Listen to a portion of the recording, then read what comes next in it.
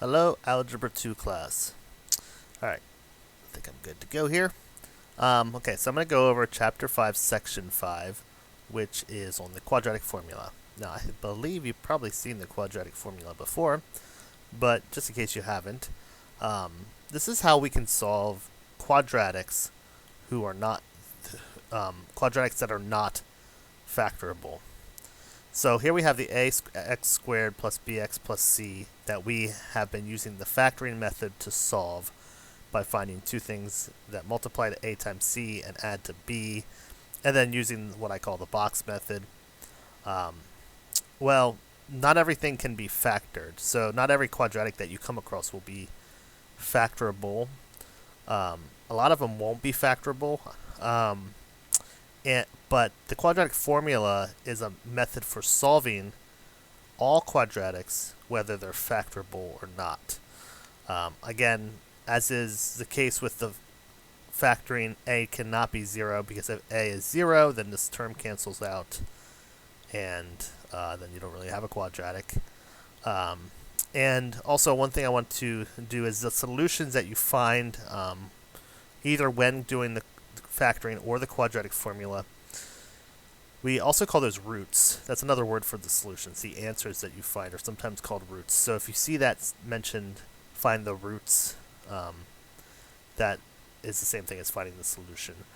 So what the quadratic formula is the formula. Now, if we take our, going back to the a, b, and c, this a, b, and c are the same a, b, and c that we used to factor, but instead of taking a times c and then finding what that is and finding two things that multiply to that and add to b, we're going to take those values of a, b, and c, and we're going to plug them into this formula right here.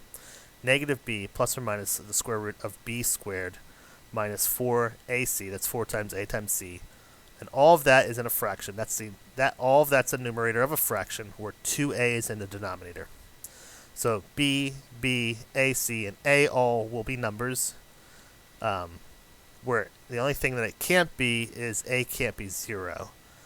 Or you won't be able to do this, and it wouldn't be a quadratic in the first place if a was 0.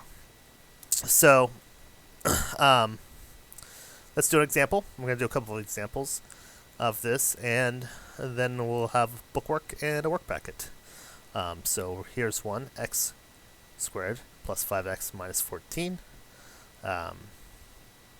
So if you look at this and we're asked to factor it, there would be two things that multiply to negative 14 and add to 5, 7 and 2, so positive 7 and negative 2. But they are asking us to use the quadratic formula, so maybe if you're looking at this and you can see that, you might see that there's two answers.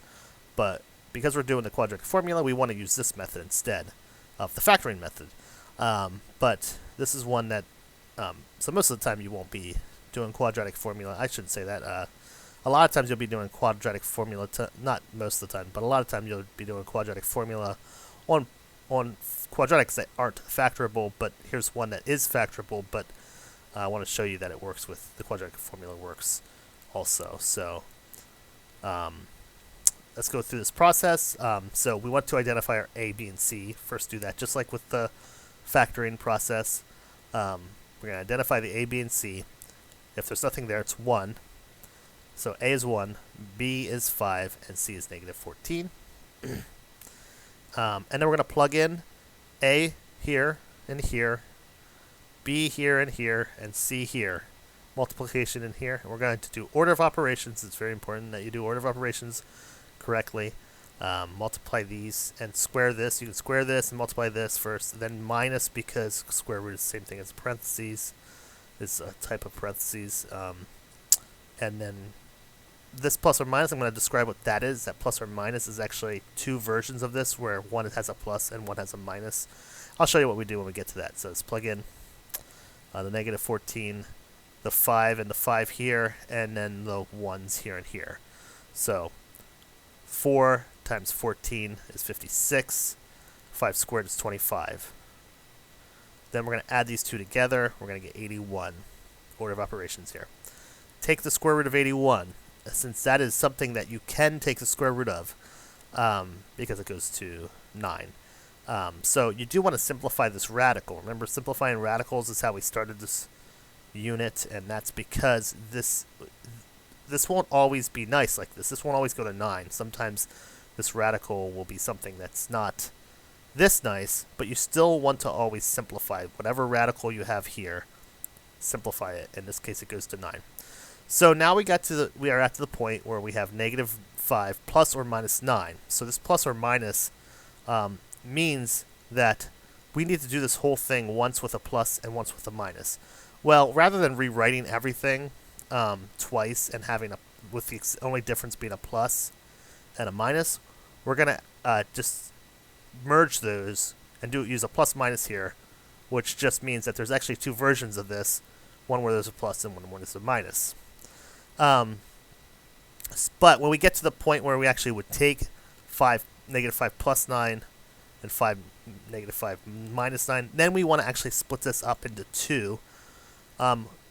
We only have to do that in the case where we can actually evaluate this. Like when we can actually do negative 5 plus 9, and we can actually do it negative 5 minus 9. If we had a radical here, we would actually be done. I'll do an example like that in a minute. So I'll explain what I'm saying. So we might not always have to split it up, is my point. We can sometimes leave the answer with a plus minus. But in this case, I can take negative 5 plus 9, so I want to do that. So negative 5 plus 9, which would be 4, is going to be 4 over 2. Negative 5 minus 9, which would be negative 14. That would be negative 14 over 2. And so then that goes to 2, and that goes to negative 7. And remember, those were the two things that I said at the beginning. I had said 2 and 7 with factoring. So you could factor this and get the same two answers, is my point. I don't do that here, but it's something that's possible. So this is a quadratic formula. This allows us to solve quadratics. And again, these are two numbers that I could take this to. What this is if I scroll back up here, take this 2. If I plug that in fact, I can just do this on my calculator right here. Let's clear that out. So I can plug 2 in. If 2 is the solution, I should be able to take 2 squared plus 5 times 2 minus 14, and I should get 0. Bam. And then I should be able to do the same thing with negative 7. So I gotta make sure I put parentheses around negative 7 because you're taking negative 7 squared, not 7 squared with a negative out in front. Plus 5 times, maybe just always put parentheses around a negative integer and you'll be safe. It was negative 7, right? Yeah, it was. Okay. So those are the only two values. If you tried any other value, like if I tried 1 squared plus 5 times 1 minus 14, that's going to be something else, negative 8, something other than 0. So these are the two values that when you plug them in, you get 0 out. Makes this statement true. Okay? To a negative 7. Let's do another one. Again, if it's not in standard form, that is to say, if it's not in ax squared plus bx minus c, ax squared plus bx plus c equals 0, then put it in standard form. So that'll be the first thing we want to do in this case. I'm going to move the negative 3x over, make it positive 3x, move the 8 over, make it negative 8. My a is 4, my b is 3, and my c is negative 8. Plugging this into the quadratic formula, we're going to have negative 3 plus or minus the square root of 3 squared minus 4 times a, 4 times negative 8, all over 2 times a, which is 4. Okay. So 3 squared, order of operations again, same process. 3 squared gives us 9. 4 times 4 times 8 gives us 128. Then we're going to add those together, 137. So in this case, 137, ask yourself, does that simplify? Remember, just go through the process if you need to. 4 is a perfect square. Well, that's an odd, and 4 is even. 9 doesn't. 137 doesn't work with 9. 16 wouldn't work. 25, that's not going to work. 64, just go through those. Well, it's not going to work. So 137, if you keep looking, 137 does not simplify. So we just leave it as the square root of 137. The one thing that I will do is split it up into 2 parts. For now, it will be okay to leave this like this. So that's okay if you leave it like this. I'm doing this for a reason that's coming down the road. where I will have a non-square root part and a square root part when you cannot combine. So let me just back up a second. So since I could not take the square root or simplify 137, what's happening is I can't add these together, and well, I could add them together, but it would be a irrational decimal. Like the only way to add these together would be in decimal form, and I don't want to put this in decimal form. I want to leave it in this form because this is a more exact form. By converting this to decimal, I would have to round the decimal, and then I wouldn't have an exact number. So I'm going to just leave my answer in this form and not combine the plus minus. So while my solution still has a plus minus in it, that's because there's still two solutions. It's just that they're merged with this plus minus. One of the solutions is negative 3 plus square root of 137 over 8, and one of the solutions is negative 3 minus square root of 137 over 8. Okay, so that's what's happening, and that's why I'm not splitting it up, because this didn't go to an integer, and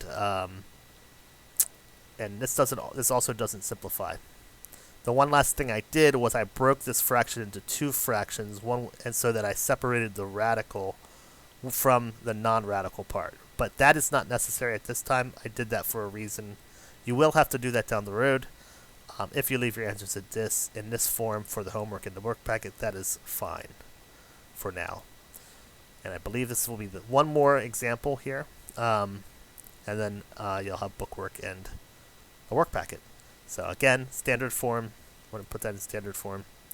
In this case, you just have to add 2 to both sides.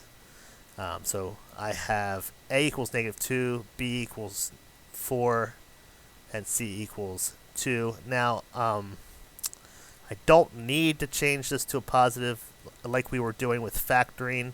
I wanted you to change this to a positive because the box method works better. I don't need to do that when you're doing the quadratic formula. So you can leave this as a negative with the quadratic formula. So that's my A, B, and C. It wouldn't, if you did, it doesn't hurt. It still works the same. The quadratic formula still works as long as you change all 3 of these signs. So it would be positive 2, negative 4, negative 2. The quadratic formula will work just the same. Either way. So I got my A, B, and C. Put it in the quadratic formula. Remember to do the 4 squared first. 16. 4 times negative 2 times 2, which would be another 16. And it'll be 16 plus 16, which will be 32. So here's what we're going to do. 32 in this case does simplify. So let me just jump down here to the simplification because you already see a little bit of the thought bubble. So we do want to simplify this square root of 32. I'm just realizing the reason we split it up, but okay, sorry, 1 second. Let me finish my thought let's get to the end here. Just ignore my last few seconds. Okay, square root of 32 simplifies. The same process that I was discussing earlier and what we did at the beginning of this unit, where you want to find a perfect square that goes into this if you can. 16 goes into this actually. 4 goes into it too, but 16 would be better because pulling a 16 out will simplify it immediately without going through another level of simplification. So I'm going to pull 16 out, and the square root of 16 goes to 4. So it's this square root of 32 is the same thing as 4 root 2. And you can see here I have a negative 4 plus or minus 4 root 2. Now 4 root 2 cannot be added to this negative 4 because the 4 root 2, this times makes these two different types of numbers. So don't think you can take this negative 4 and this 4 and add them together. Doesn't work that way because this has a square root of 2. So this would be like a negative 4 plus a 4x. You couldn't add those two, a negative 4 and a 4x together. So you can't add a negative 4 and a 4 root 2 together. But this is all over negative 4, which we got from the 2 negative 2 in the denominator. And you can see there's a factor of 4 in each of these, right? In each of these. You could cancel out one of these 4s because, and this is why, okay, earlier I said you didn't have to split it, but this is why we do want to split it sometimes, and that is because sometimes you'll be able to simplify, and in this case, both parts simplify, actually. because this 4 in the denominator split apart. So we're taking this fraction that had one denominator and a plus minus at the top, and we're making it two fractions with the same denominator. When you add fractions, you have to have a common denominator, and you add their numerators. We're going backwards here. We have a common denominator, add the numerators. We're splitting it apart and seeing that this negative 4 over negative 4 goes to 1, plus minus, and this 4 will simplify also. This 4 can cancel out with this 4, and leaving just a square root of 2 in the top and a negative 1 in the bottom. Okay? Well, what's going to happen is that's going to be the same thing as square root of 2 over negative 1 will be the same thing as negative square root of 2. And this goes to 1 in the numerator. Now, why don't I have a negative here? Why don't I have 1 plus or minus negative root 2? If you did, that'd be fine. I mean, that wouldn't be wrong. But when you have the plus minus, what's happening is you have, you're saying 1 plus root 2 and 1 minus root 2. Well, if I had 1 plus negative root 2, that would be the same as 1 minus root 2. And if I had 1 minus negative root 2, that'd be the same as 1 plus 2. So I'm already merging that into 1 plus, I already have 1 plus root 2 and 1 minus root 2. 1 plus negative root 2 is 1 minus root 2, right? So that's just, I'm trying to say that you don't have to have a negative in front of this root 2. I don't know if this is making sense without me writing. And I can't really write on here. I could type stuff out, but I can't write. And the point being, the negative doesn't have to be there because it just flips the plus minus, and we already have both the plus and the minus anyway. If the negative was there, I wouldn't take off points. It's not like that big. It's not like it's wrong. It just doesn't need to be there. It just looks a little nicer without it. Well, hopefully this made sense. It was a little confusing at some points, I think, unfortunately. But so hopefully this makes sense. I have some bookwork and a work packet for practice that go with this lesson. So that's it for now. Thank you and have a good day.